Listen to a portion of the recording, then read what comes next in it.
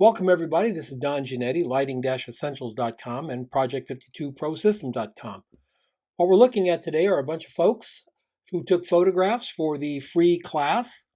We're doing a free food class. We're almost to the end of it, so if you missed it, watch this channel for some more information. We'll be doing another tabletop class in January, I believe. So, January of 2023, in case you're watching this in 2027 or something. Anyway, we're going to start out the shots here with Amy Roth.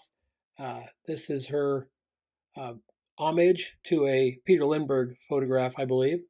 Woman wearing a big hat. She's wearing a big donut. Really a lovely shot. I like it so much. Here's how she did it. To get the space opened up to easily put the donut in, she used a black board. Just held it right out there and blocked it off. That's where the donut would be. And so then she shot the donut at that particular point. The lighting is big 36-inch umbrella with a diffuser and one light and a fill card. There is a fill card back here. You can see the fill on the back, just very gentle fill up the back, but it's quite a distance away, so it's not really doing a major bit of fill. So really nice shot. I like it a lot, and I think it'll go in Amy's portfolio very well. Amy is an Atlanta-based food photographer and lifestyle photographer. Amy Roth, check her out. This is Andrea Delange, and this is a gorgeous shot of some very high-end French fries, wouldn't you say? I mean, served in a glass container. There's 9 French fries in there or something like that. It's very clever. The yellows pop very well from that red. Notice there's a little bit of a spray light back there. A little bit. That was done in Photoshop. The knife and fork are faded by the perspective. Using a little bit longer lens, she just flattened them up there so they're kind of there. You see them, but they don't distract you from what really is the shot, and that's that beautiful glass full of French fries. Nice highlights down the side. Let's see how she did it. She's got a really big light over on the right side here. She's hanging black material to darken it in the foreground, to keep this part of the foreground a bit darker.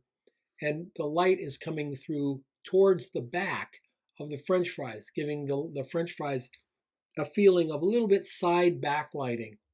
So it's a very simple shot. You can see the fill card over here, which adds a little bit of light down the side. Let's go back to it.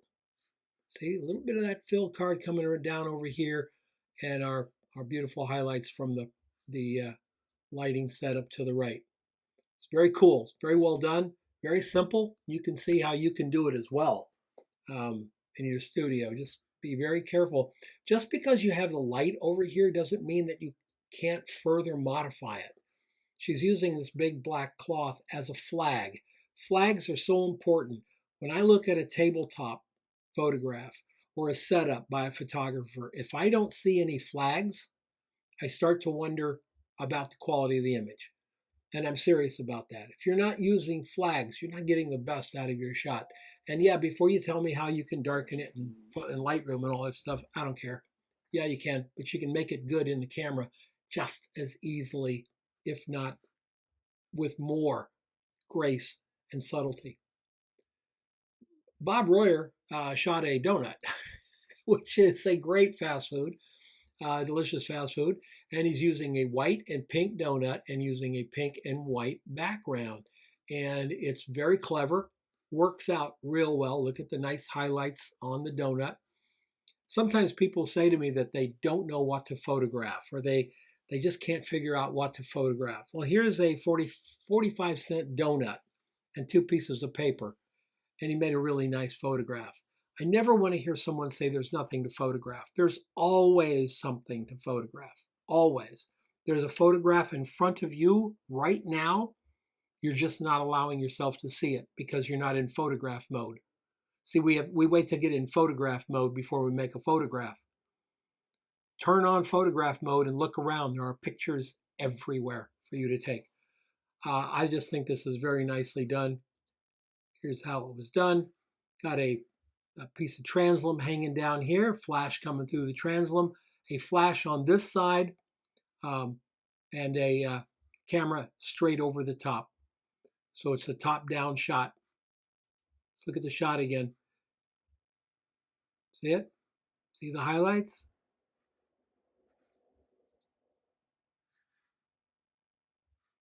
The softbox on this side, the translum soft on that side. Go back, you can see the big translum here, and you can see the hard edge of the softbox there, the softer edge of the translum on this side. Really cool shot, very well done, and just fun. Dan Splain decided to do tacos just to make me hungry, and he did. These are great taco shots. Little street tacos here, nicely styled. Look at the beautiful styling on this. Very nicely done. Colors are good. Surface is good. The light coming through the tacos here is really, really nice. It's a really, really clean, delicious looking food shot by Dan Splain. Fast food, street tacos. How did he do it? 3x3 scrim, light coming through it, and he didn't fill.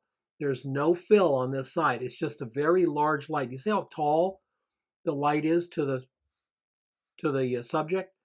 Because that light is so high, it's spilling over on the tops of the food right in here. So it's almost like having its own fill. He just didn't fill these shadows in because the drama created by the shadows is really kind of fun. And why fill them in if you don't need to? So really nice shot. Camera's overhead. Not quite a lay flat, but fairly close, coming from a very high angle down, and that's what gives us all these great shapes, the round radishes, the crescents of the limes, the round plate, the off-round tacos. Everything is just really, really clean. This is Dan Splain. Dan is in, I believe, Omaha. Matt Emick took fast food to a whole new level.